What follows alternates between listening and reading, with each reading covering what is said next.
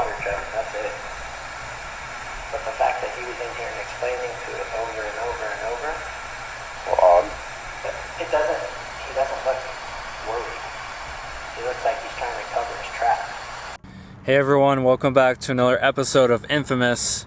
Again, my name is Harmon, and today's episode is again one of those sad family cases that many of you probably have heard of before. But this episode is all about Chris Watts. So on August 13th, 2018, Chris Watts killed his wife Shanann, his 4-year-old Bella, his 3-year-old named Celeste, and then Shanann was actually pregnant at the time, so he actually ended up killing his unborn child in Shanann's womb as well. Now, once I get to the Watts house where they used to live, I can explain a lot more details and information. But the main reason why he killed his wife and his 2 daughters was because he had found a girlfriend, someone else he wanted to live with and spend time with. So Chris Watts, Shanann Watts, and their 2 daughters, they lived here in Frederick, Colorado. Although the address, if you typed it into Google, it would say Erie, Colorado, E-R-I-E.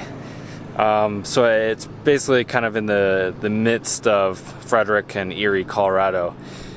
But what's interesting is here in this little park, there's like a little well where they would dig for oil, and it's very fitting because, of course, that's kind of in the line of work that Chris did.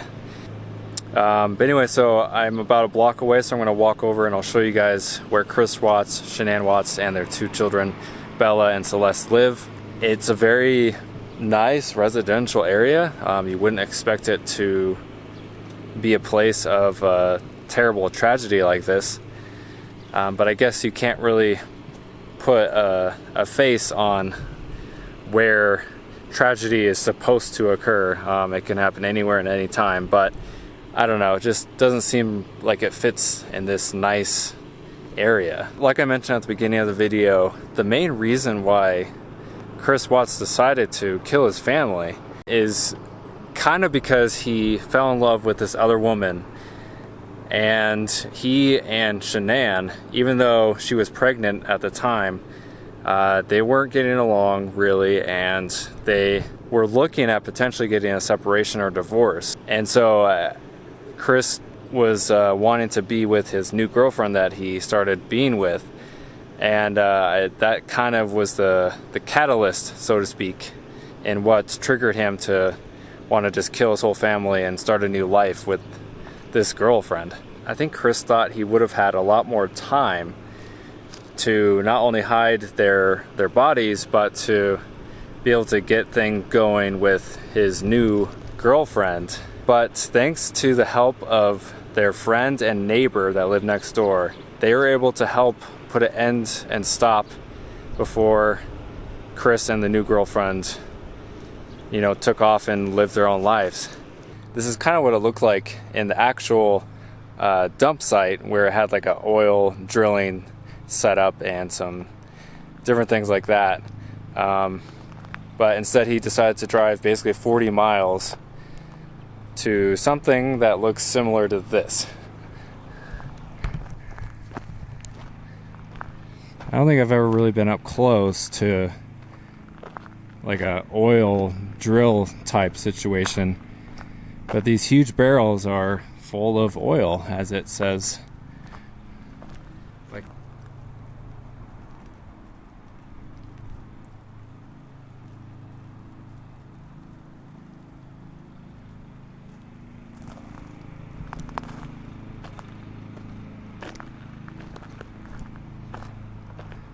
I also don't think I've ever seen an oil site in like a really nice residential neighborhood either. But I guess wherever you find oil, you gotta just kind of continue digging, I guess.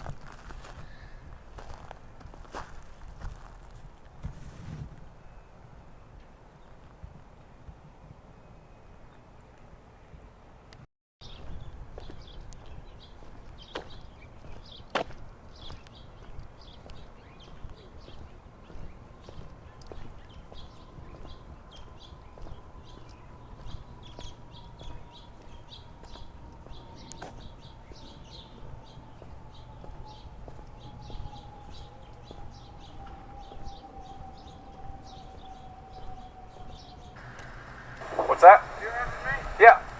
Hey, man. How you been? Hi. You're Nicole? Yes. Okay. What's going on? So my friend, we were out of town for a business trip this weekend, All right. and I dropped her off at 2 o'clock this morning. She's 15 weeks pregnant. She wasn't feeling well, and she had a doctor's appointment this morning at 9, and I told her to let me know if she needed me to take her. She's got 2 little girls, and she was very distraught over the weekend, wasn't eating normally or drinking, and we kept trying to force it on her because she's pregnant. Her husband and her supposedly are separating, but she didn't know this. She thought they were just having issues. He disclosed that to me today. Okay. Because I called him and I was like, have you talked or heard from Shanann since she left for work this morning? Because I can't get a hold of her. I called, I texted. Her car's in the garage. Her shoes she wears every single day right at the front door. She only has one vehicle? No, they only have the one vehicle and his work truck. Okay. That's what I'm asking. There's She not took a... the girls and went on a play date, but they're 4 and 2. She went on a play date. Why wouldn't she take in a car? They're both in car seats.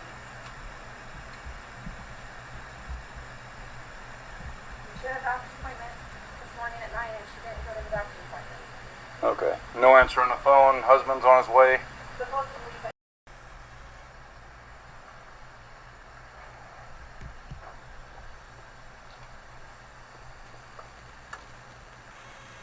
I'm here. Yeah, get me on the phone. Okay, sit down.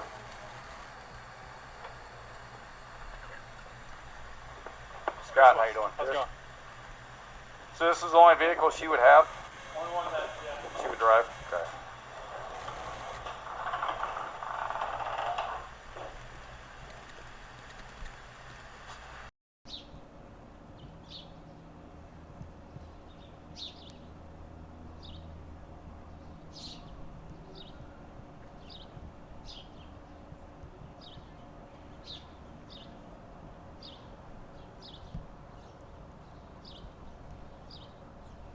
Anyway, guys, that is Chris Watts and Shanann's house where they lived, and next door is the neighbor.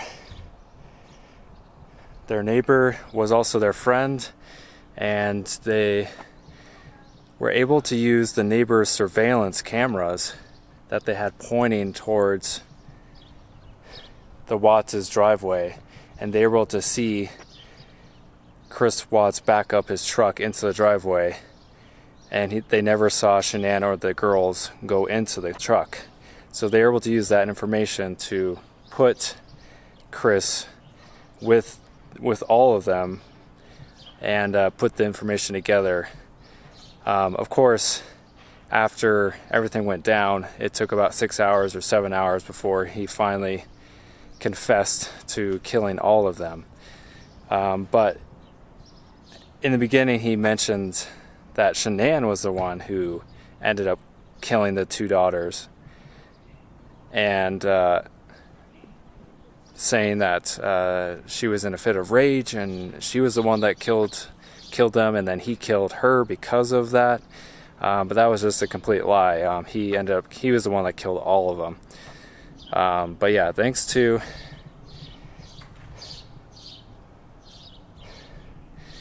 the neighbor, they really helped kind of piece the evidence together and put Chris Watts here at the house with the truck.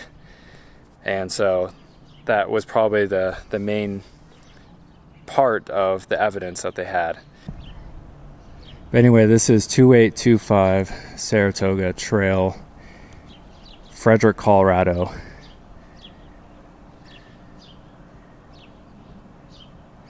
And again, it's a very decent neighborhood, and just not the place you would expect something like this.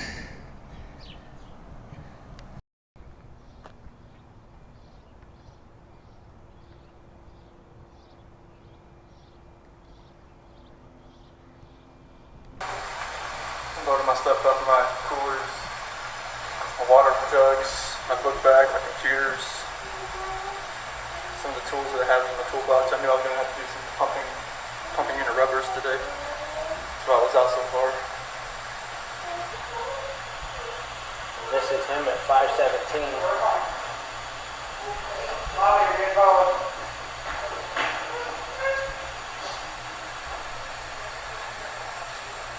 Usually park out there on the side when I get her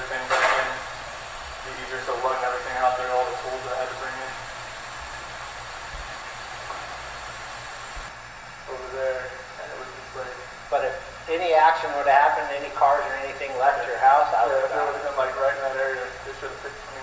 Oh, it'll pick up anything coming down the street this way. You know where that tree there is? Oh, yeah. Okay. This stuff, he normally just walks back and forth because I get him on camera.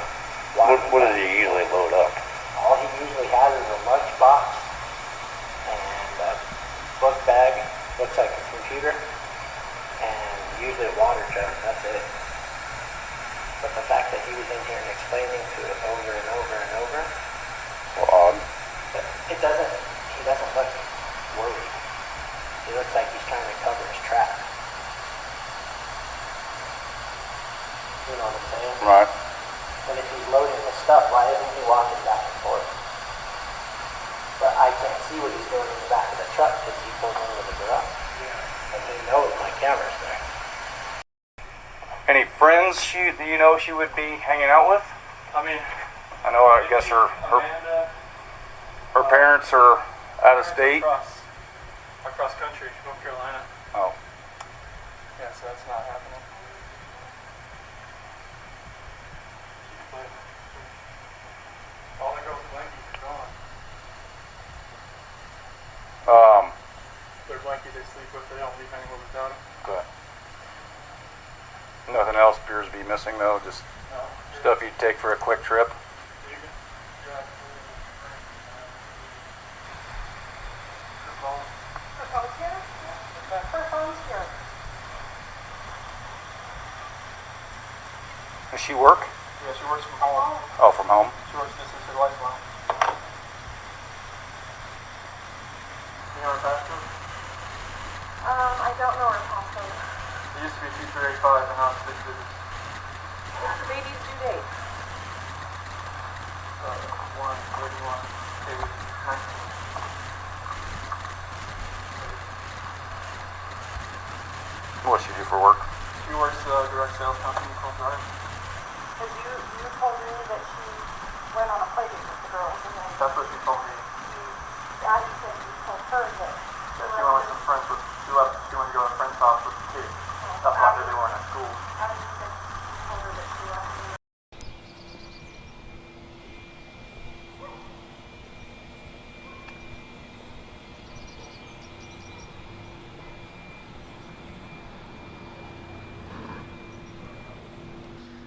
me. So the events that led up to all their deaths started a few days before August 18th, 2018.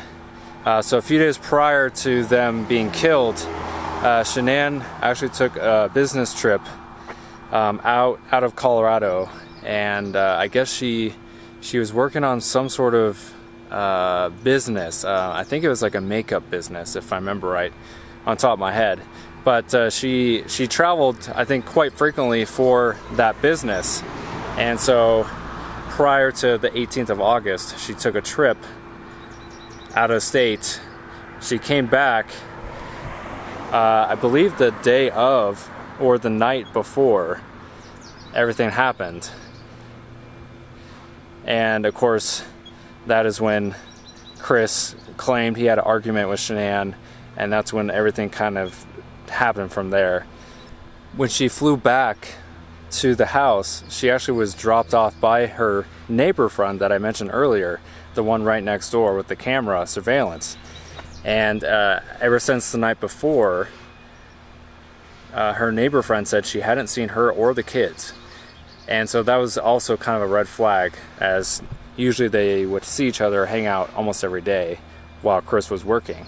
So she said she saw them the night before when she dropped her off, but that was about it. And so that also was kind of part of the reason. She tried calling Chris, and Chris claimed that Shanann and the girls went either to a different friend's house, a grandparent's house, or some other play date somewhere else. He kind of had a couple different things he kept saying, and so of course, as a neighbor was very concerned, she ended up calling the police to the house as a welfare check. And that's kind of where things started to fall apart, as the police couldn't get a hold of anyone inside, so they called Chris. Chris came back from like I mentioned, 40 miles away, where he dumped all their bodies. And again, he kept saying different stories, like, oh, she's at a friend's house, she's at you know, grandparents or whatever with the kids. And when they couldn't get a hold of them, they took him down to the police station. And that's when things transpired from there, and he eventually confessed. But either way, at the end of the day, don't forget about Shanann, 4-year-old Bella, and 3-year-old Celeste, and of course the unborn child, Nico. Don't forget them. They are the innocent victims. They are the ones who had their lives taken away from them, and for basically no reason. If Chris really didn't want to be with Shanann or his kids, for that matter, just go through a divorce. Go through it the proper way. So many other fine options he could have done, but I think he was just super selfish and only wanted his girlfriend, and that's it. Which again is just super crazy and super sad.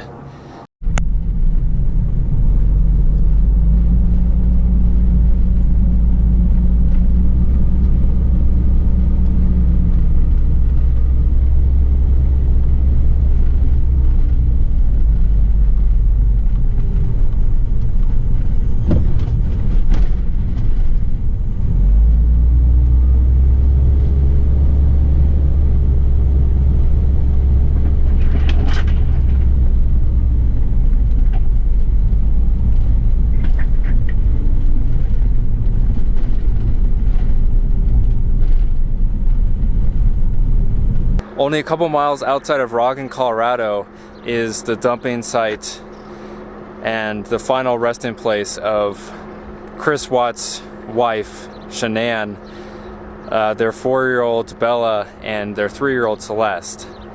And Shanann was pregnant at the time.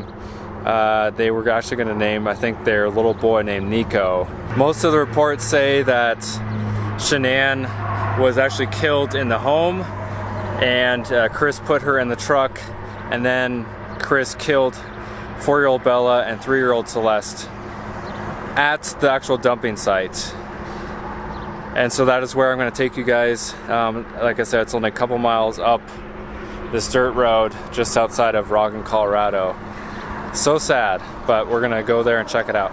So more than likely, this is the same gravel road that Chris Watts took to get to the oil dumping site where he ended up killing his 2 daughters, Bella and Celeste, and dumping his wife's body, Shanann. He put his 2 daughters' bodies inside the oil tank, like he crammed them in there. I can't even describe what the last moments must have been like for Bella and Celeste when they were driven by Chris to the dumping site.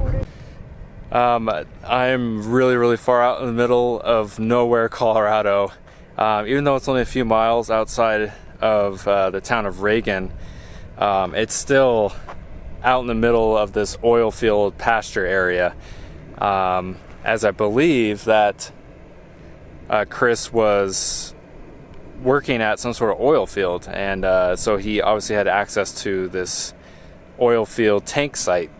And I had a feeling that the actual tank site would be private property. I just had a feeling that would be the case. So I can't actually go all the way down, but I got as close as I could.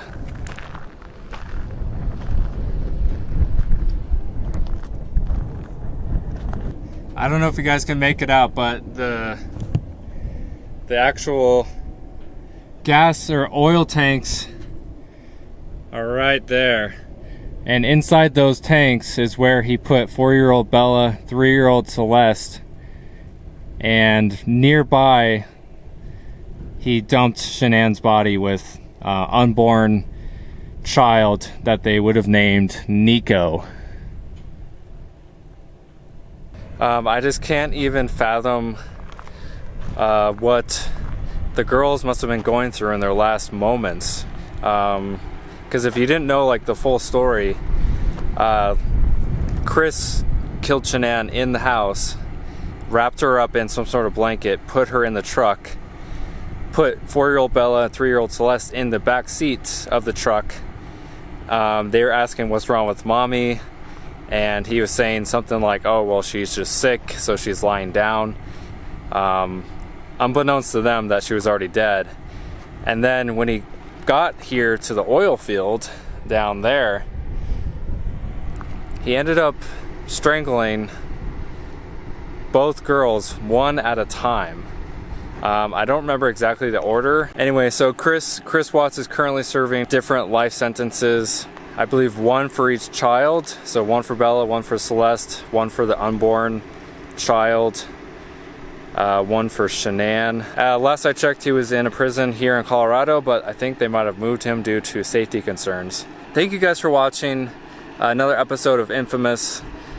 I hope you guys enjoyed this sad but interesting case of Chris Watts. And until next time, thanks for watching.